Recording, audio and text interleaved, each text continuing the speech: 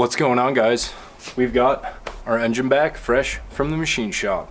In today's video, I'm planning on getting the camshaft installed, the crankshaft installed, oil squirters, ARP main studs, all that, much more. It's hot outside. New merch. Alright everybody, so we are getting the main caps installed. You want the oil holes to line up with the engine block side and not the cap. And here we're applying the engine pre-lube generously to the camshaft so we can slide it into the cam bore. Getting the cam plate installed, the retainer plate and the hardened screws.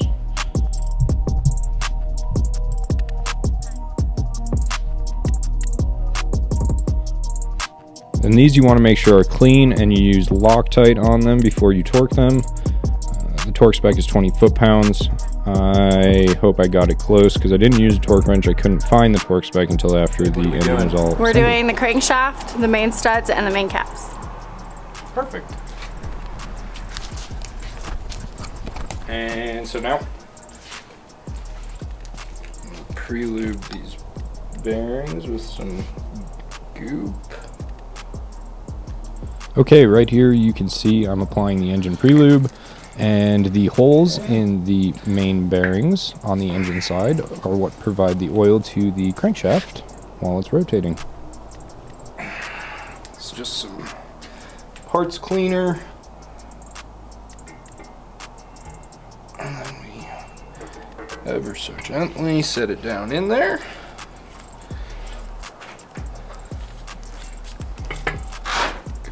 Oh, I need my thrust bearings. I need big fan.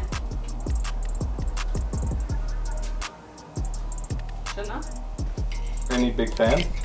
Yes, big fan.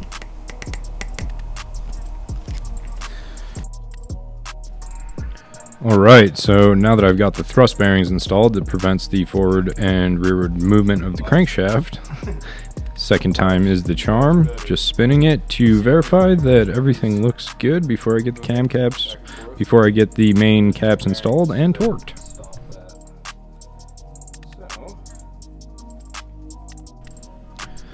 Here we're installing the ARP hardware.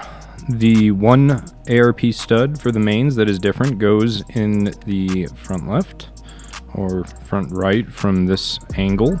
They are supposed to be hand tight, but sometimes they just take a little bit of extra coaxing to get in there. And then we are kind of tapping down the main caps to get them seated properly. And then we get the ARP washers and the ARP washers and nuts installed, as well as the bolts and washers that go through the side of the block. Okay, so the engine shifted a little bit on the engine stand. However, we've got the camshaft installed, the crankshaft installed, main caps. We'll just do it down here. Main caps and main studs, everything's all torqued. I need to go back and do these, but I need RTV sealant to do those. Next thing we can do is install our lifters. For our push rods. We can install our MDS delete caps. This is the failure on the 392s, these 4 MDS deletes. But before we do any of that, we need to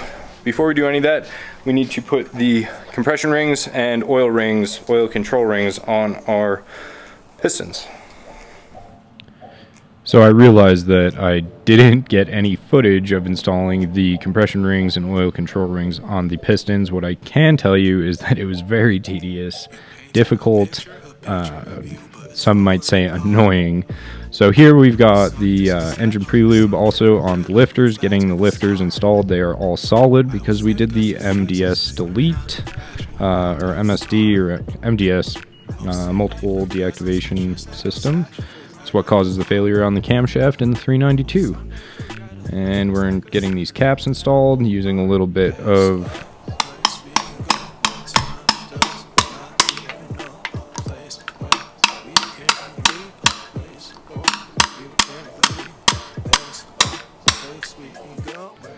On the ARP main cap hardware going through the side of the block, be sure to install RTV so that you don't develop an oil leak.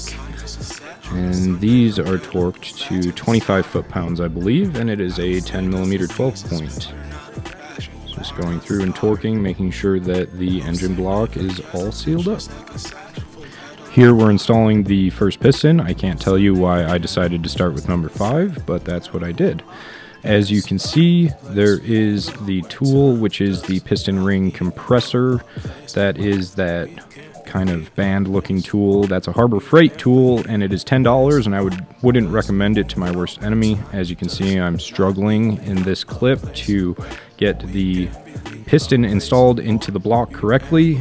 Basically what you need to do is make sure that everything's all square and then give it a good solid whack versus kind of tapping it in lightly. Okay, so we're on day 3 of assembling our 392 forged internals.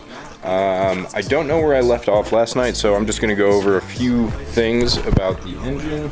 Last night we got this cylinder head torqued down. We've got our thick wall push rods installed, and we've got our rocker arms installed as well, torqued down. You can see the intakes are marked with an I. And so what I'm going to do now is install the right bank cylinder head. So with all the surfaces cleaned, we install our head gasket, which is the Cometic 5-layer multi-layer steel head gasket. Make sure all your surfaces are clean before installing the head gasket, and then you set your cylinder head on top and start installing your ARP hardware. Don't forget to use the lubricant that comes with the hardware to lubricate the threads to make sure that the torque is achieved. After that, we get our push rods installed. Make sure to lubricate each end of the push rod with your engine assembly lubricant so that everything is pre-lubed before you crank the engine over for the first time. Don't want it to be starved of oil. After you install your push rods, long ones go on the exhaust valves. You incrementally torque your rocker arms down to 195 inch-pounds, not foot-pounds, inch-pounds. And you go in a sequence, making sure that you don't drive one screw or one bolt all the way down. What's going on, guys? All right, so we have our Cook's 2-inch to 3-inch long tube headers, along with our green catted mid pipes, and they're not fully installed yet. Pretty simple to do. I can actually run you through that real quick, but what I can tell you is that these are not easy to install with the engine in the car. I can just tell based off of how a lot of this hardware, like this bolt right here, I can't get to with anything except a wrench. Same thing with that. Just the overall install, I can tell, is definitely a lot easier with the engine out of the car.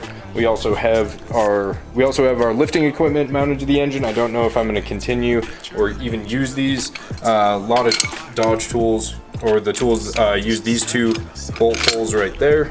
So I might wind up moving that, but my goal for today would definitely be to get this guy and that guy. Alright, cool. Unfortunately, the audio in this clip has been corrupted, and so we're going to have to wait till the next video. Next video is going to be getting the Cook's long tube headers finalized as far as installation goes, and getting the engine back in the Jeep. That's the last big step.